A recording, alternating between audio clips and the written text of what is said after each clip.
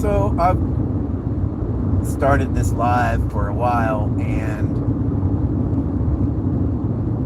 well, started this live, deleted it kind of a few times now. And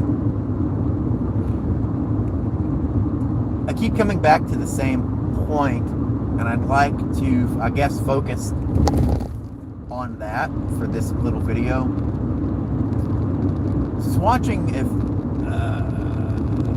long form last night from someone who I've been watching for many years. Actually watched him on live television, and as he progressed through his career, like watched his first episodes on the network and watched him transition to away from the network when it finally, the shows ended, and now I watch him on YouTube. Chris Perillo was on ZDT. He's either, I want to say he was on at the end of ZDTV, which turned into Tech TV, but I've watched him for many years and I've learned quite a bit from him. So it was interesting to hear him struggle with something and not even realize it. So he was talking about his journey into 3D printing and where he's at, why he does it, and all the while he keeps bringing up the point that he doesn't consider himself a maker, because it's like that term is reserved for other people because they do X, Y, and Z. And I understand that, because sometimes just because you have a 3D printer doesn't mean that you're a maker. You know, there are places like Thingiverse, Fangs, and all these other repositories of files where you can just find what you need and print it. But throughout that journey, eventually you'll get into customizing and maybe playing around with Tinkercad, or get into Blender, or if you're really ambitious, you get into Fusion 360 or another CAD program. The thing is you start needing to get very specific where Thingiverse can't deliver. So you start experimenting.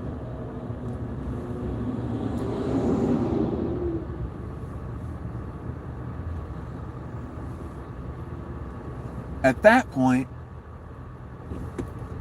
that's kind of whenever you are getting into the realm of, well, at that point, you're not getting into the realm. If you're using CAD and creating 3D models in Blender, either one of those, at that point, you're a maker.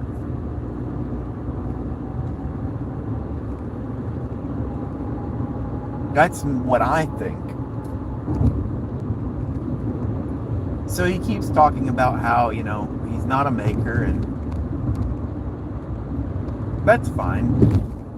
Again, some people just download things from Thingiverse, and that's okay. There's nothing wrong with that. That's why it exists, to share and to find something that you might need printed out, because some people are not interested in making anything. So he says, you know, but I'm trying. I'm creating some models that I'm going to share with everyone, and I'm going to share this, you know, throughout. And he's showing these what looked like big, it looked just like stickers to me.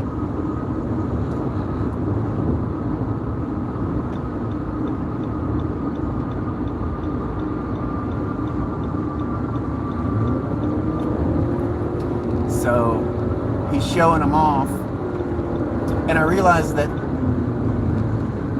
what I thought was he was showing these stickers off, and he's like, well, these are going to be the like, here's my reference, I guess, except it's not the reference, these are the actual models. They're these embossed,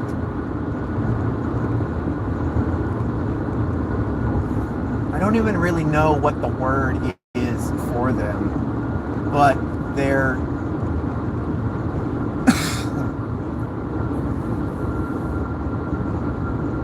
it's like 3D wall art, but it's multicolored 3D wall art.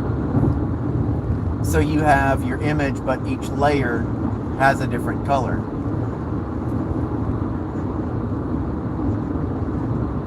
So he created them in Midjourney, which is a tool. I'm sure at this point everyone's familiar with Midjourney. After he's made that, he's converted the image into,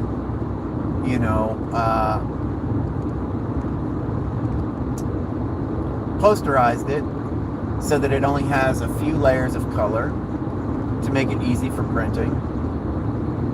After he's posterized it, he converts each one of those color layers into a height map.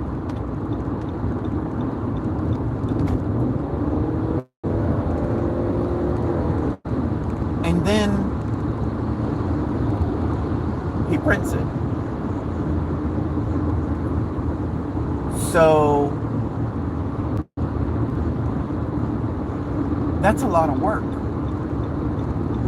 That's legitimately turning nothing into something. That's taking an idea, putting it into Midjourney, creating art, taking that art, converting it into, there's a lot of work that's involved in there. But even through all of that, he still doesn't consider himself maker.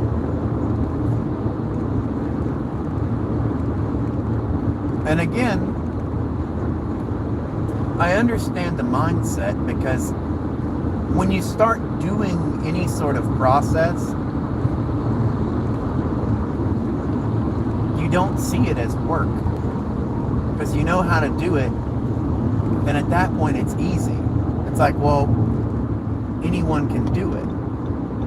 But the problem is, yeah, anyone can do it, but not everyone's going to take the time to do it. Personally, I've done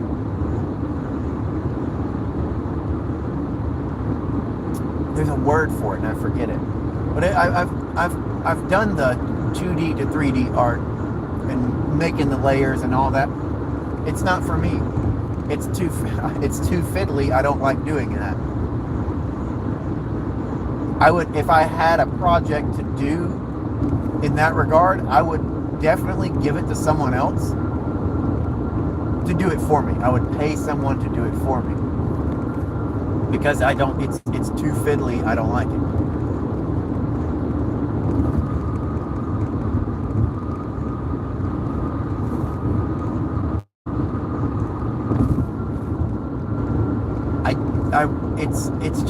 It's really weird to see and know that everyone at some point really does suffer from imposter syndrome. Like I said, I saw him say this about 3 times throughout a 10-minute video about how he's not a maker, that's reserved for someone else. But it seemed as though he was struggling with it because he knows that what he's doing is creating something. It was just, it's odd to see someone who, you know,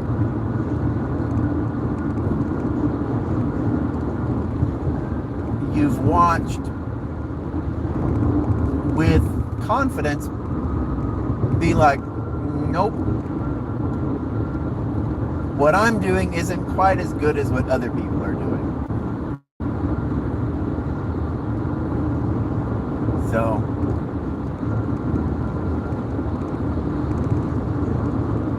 but it's easy to get sidetracked and not see how far you've come.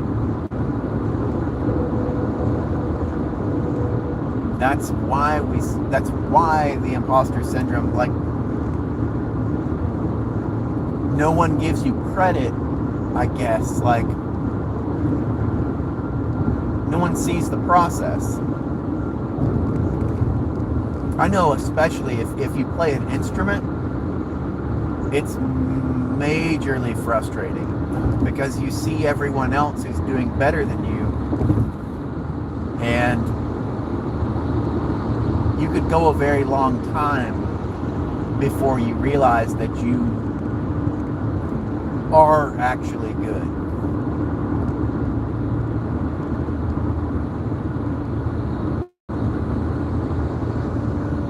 There's no real measurement for success. And when there's no, like, if you don't have these milestones, you're going to be in a constant state of trying to get better. And I don't know if that falls on the individual or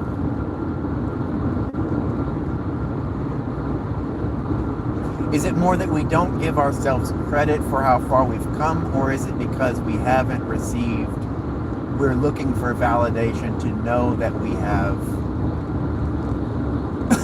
sort of hit a spot? I don't know. It's just something that I'm thinking about. How we can get so lost and not give ourselves the credit that we deserve for our achievements. So that's, I guess, really all I have to say about it. But it was just a thought that came up, and I wanted to discuss it a little bit. So I did. Now, it's off to work.